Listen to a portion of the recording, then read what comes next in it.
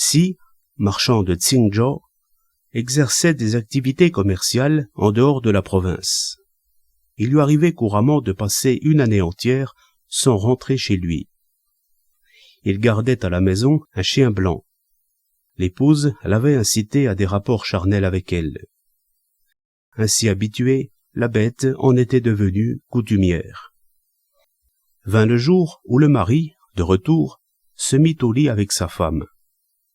Le chien fit brusquement irruption, sauta sur la couche et mordit son maître jusqu'à ce que la mort s'ensuivît. Par la suite, la chose s'ébruita dans le quartier, provoquant l'indignation générale. On porta plainte auprès des autorités. Le magistrat sommit la femme aux instruments de l'interrogatoire. Comme elle se refusait aux aveux, il la fit incarcérer et ordonna d'amener le chien attaché. Il la fit alors comparaître. À la vue de sa maîtresse, le chien s'élança sur elle, lui déchira les vêtements et se mit en posture d'engager des rapports que la femme ne pouvait dès lors nier plus longtemps. Le préfet dépêcha 2 gardes, les livrer à la cour du gouverneur de la province, l'un chargé de l'humaine créature, l'autre de l'animal. Ceux qui désiraient les voir copuler se cotisaient pour soudoyer les gardes, qui tiraient alors de la geôle leurs prisonniers et les forçaient à s'accoupler. Au lieu où ceux-ci étaient détenus, se rassemblaient chaque fois des centaines de spectateurs, une aubaine pour les geôliers qui en tiraient de gros profits. La femme et le chien furent par la suite tous deux voués à la mort par dépeçage pouce à pouce. Hélas! Ah, vraiment, il n'est rien qui ne puisse se produire en l'immensité du ciel et de la terre. Mais cette femme serait-elle donc la seule des créatures à visage humain à s'être accouplée à une bête?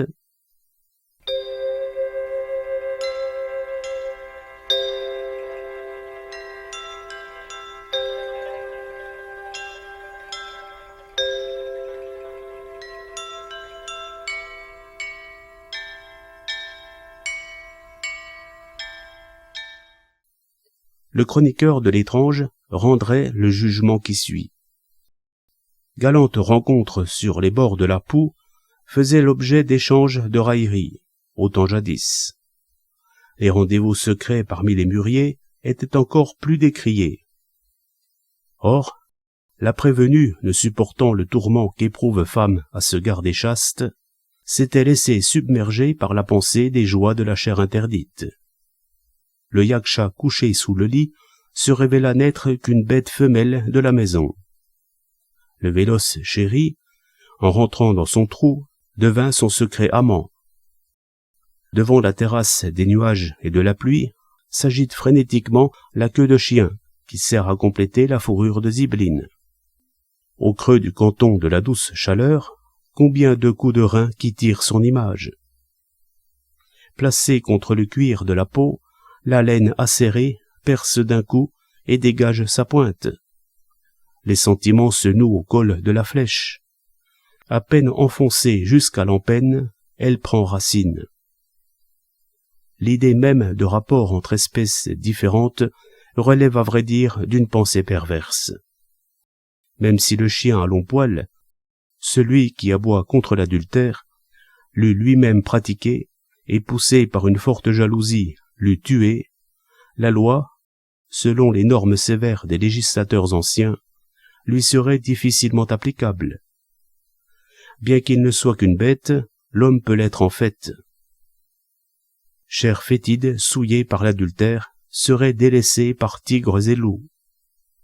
Hélas, pour homicide et adultère, le dépeçage est à proposer, puisqu'il s'agit d'une femme. Quant au chien, coupable des mêmes crimes, il n'est prévu aucun châtiment qui lui soit propre au monde des vivants. En l'autre, une personne qui se conduit mal peut être condamnée à renaître chien. Mais pour le chien méchant, les cours infernales se trouveraient à court de moyens. Ne conviendrait-il pas de l'écarteler afin de poursuivre ses âmes et les amener à Yama, le juge des enfers, pour l'interroger?